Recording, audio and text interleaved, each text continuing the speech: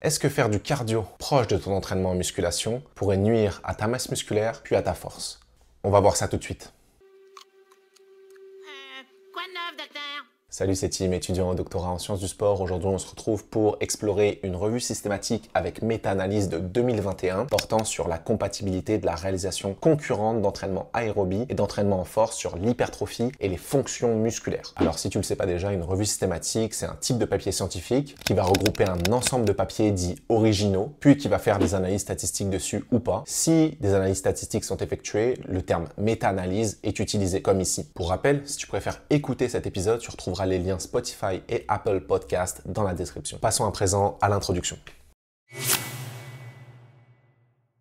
Dans le fitness, dans un objectif d'augmenter sa dépense énergétique, on remarque souvent que certaines personnes réalisent un entraînement en endurance à la fin ou au début de leur entraînement en musculation, que ce soit de la marche, de la course, du vélo ou du rameur. Eh bien, l'entraînement concurrent, c'est le principe de réaliser deux types d'entraînements distincts allant développer des filières énergétiques différentes. L'article nous rapporte d'ailleurs qu'il est intéressant de réaliser les deux types d'entraînement afin d'améliorer notre condition physique générale grâce aux bénéfices de l'entraînement en résistance, donc en musculation, et de l'entraînement aérobie, souvent appelé cardio. Alors, ce qu'on nous rapporte, c'est qu'il a été démontré que l'entraînement en aérobie interférait avec le développement de la force maximale lorsque le volume d'entraînement global en aérobie était très important. Puis que même les faibles volumes d'entraînement concurrents en aérobie montraient une diminution des gains de production de force rapide. Cependant, on ne remarquait pas d'interférence avec la force maximale lorsque le volume d'entraînement était réduit à 2 entraînements d'aérobie et 2 entraînements de force par semaine. Il y a énormément de méta-analyses qui ont été effectuées sur le sujet et la première remonte déjà il y a plus de 10 ans. Ce qu'on voit, c'est que cette dernière avait d'ailleurs démontré une atténuation du pic de puissance dû à l'effet concurrent de l'entraînement en aérobie et en résistance comparativement à un entraînement en résistance seulement. En revanche, le développement de l'hypertrophie musculaire et de la force maximale n'était pas influencé. Attention, je tiens à préciser ici que le terme entraînement en force est utilisé dans la méta-analyse, sauf que moi je vais le remplacer par entraînement en résistance ou en musculation, même chose, car lorsque l'on va en profondeur dans les articles inclus, on peut remarquer que les pourcentages d'intensité ne sont pas toujours élevés et représentatifs donc d'un entraînement spécifique à la force. Donc vous l'aurez compris ici, pour l'entraînement dit aérobie, on parle bien de cardio. Donc cette méta-analyse a pour objectif de comparer les effets concurrents de l'entraînement en aérobie et de l'entraînement en résistance sur la force maximale, la force explosive, l'hypertrophie musculaire, donc le gain de masse maigre. La prise en compte de certaines caractéristiques sont utilisées aussi pour des sous-analyses. On parle de l'influence du type d'entraînement en aérobie, donc course, vélo, marche, l'ordre des exercices, la fréquence d'entraînement, l'âge et le statut d'entraînement. Passons à présent aux méthodes utilisées.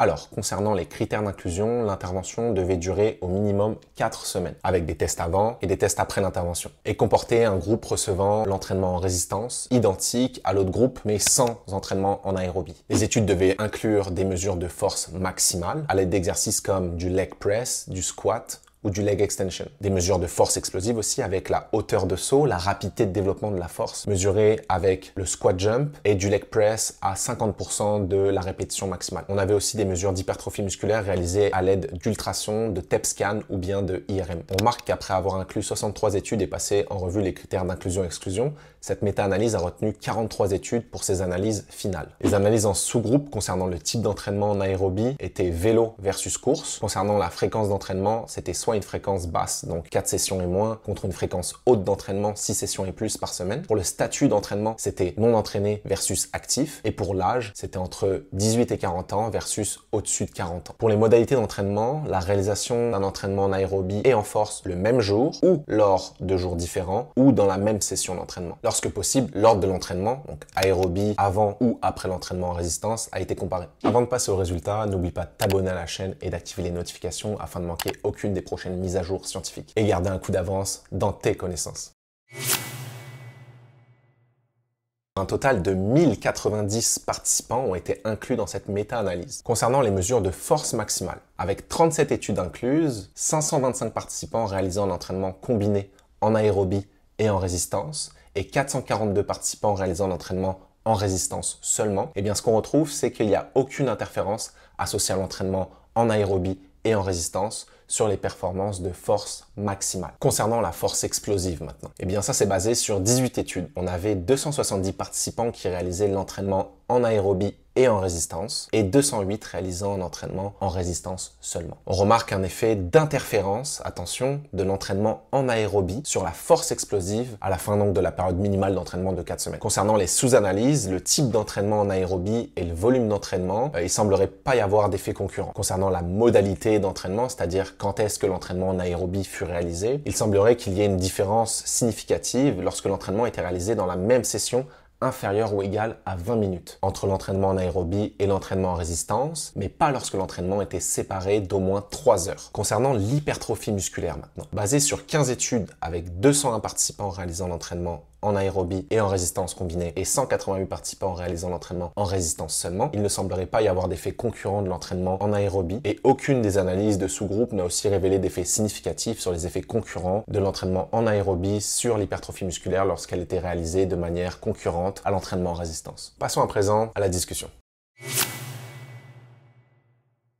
Alors les principales trouvailles sont qu'il n'y a pas d'interférence entre l'entraînement en aérobie combiné à l'entraînement en résistance sur le développement de force maximale et de l'hypertrophie musculaire comparativement à la réalisation d'un entraînement en résistance seulement. La force explosive, elle, est négativement affectée par la combinaison de l'entraînement en résistance et de l'entraînement en aérobie. Cet effet semble exacerbé lorsque les entraînements sont réalisés dans la même session comparativement à lorsqu'ils sont réalisés à un intervalle minimum de 3 heures. Comme nous avons pu le voir, il ne semble pas y avoir d'effet modérateur du type d'entraînement, que ce soit du vélo ou de la course, ni de la fréquence d'entraînement inférieure ou supérieure à 5 sessions par semaine, ni du statut d'entraînement ou bien même de l'âge. Ce que l'on comprend, c'est que l'entraînement combiné peut compromettre des qualités de force lorsqu'il s'agit d'activation neuronale rapide. Les paramètres qui sembleraient être émoussés sont l'activation volontaire et le taux de développement de la force. Dans l'article, il est spéculé qu'il pourrait s'agir d'une modulation du taux de recrutement et de la décharge des unités motrices qui serait impactée par l'effet d'interférence de l'entraînement en aérobie associé à celui de l'entraînement en résistance. Le rationnel physiologique qui fut utilisé durant de nombreuses années provient notamment du modèle murin, donc chez la souris, et in vitro, indiquant la possible inhibition de mTOR, notamment responsable de la synthèse des protéines, par l'activation de AMPK lors de l'entraînement en aérobie. Cependant, les études réalisées chez l'humain ont échoué dans la confirmation de cette hypothèse. Pour clore la discussion, cet article nous rapporte que les précédentes recherches indiquent que l'association de l'entraînement en résistance à l'entraînement en aérobie aurait des bénéfices sur la santé plus importants que l'entraînement dissocié, seulement entraînement en résistance et seulement entraînement en aérobie. Passons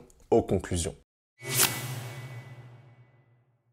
Ce qu'on remarque, c'est qu'il manque encore énormément d'études concernant l'analyse des effets de la réalisation d'un entraînement aérobie avant ou après un entraînement en résistance sur la force, l'hypertrophie musculaire, puis les qualités de force explosive. Comme nous avons pu le voir, il semblerait que les effets concurrents de l'entraînement en aérobie et de l'entraînement en résistance aient un impact négatif sur les performances de force explosive lorsqu'ils sont réalisés dans la même séance. Concernant la magnitude d'interférence sur le développement de la force explosive, il semble évident que cela doit être pris en considération lors de la planification d'un entraînement pour des sports nécessitant le développement de filières énergétiques aérobie ainsi que de force explosive. Attention, lorsque l'on s'intéresse à l'hypertrophie mais au niveau des fibres musculaires, eh bien une autre méta-analyse publiée en avril 2022 démontre un petit effet négatif sur l'hypertrophie de la fibre musculaire en tant que telle lorsque l'entraînement en résistance est réalisé de manière concurrente à l'entraînement en aérobie. Il semblerait aussi qu'il y ait un effet du type d'entraînement lorsque cet entraînement-là est de type course comparativement au vélo, du moins pour les fibres de type 1. Attention, l'hypertrophie d'une fibre musculaire au niveau microscopique ne traduit pas forcément l'augmentation d'un groupe musculaire et de sa masse au complet. Avant de conclure cette vidéo, tu connais la chanson, pile les boutons sur lesquels appuyer afin que je puisse continuer à faire ce type de contenu. Si tu as des idées qui te viennent en tête pour d'autres thématiques, n'hésite pas à me le faire savoir dans les commentaires, pose tes questions et dis-moi si tu réalises ton entraînement de cardio avant ou après avoir fait ta séance de muscu. Merci d'avoir suivi cet épisode et on se retrouve très vite pour parler de sciences du sport. La science évolue vite, te laisse pas dépasser.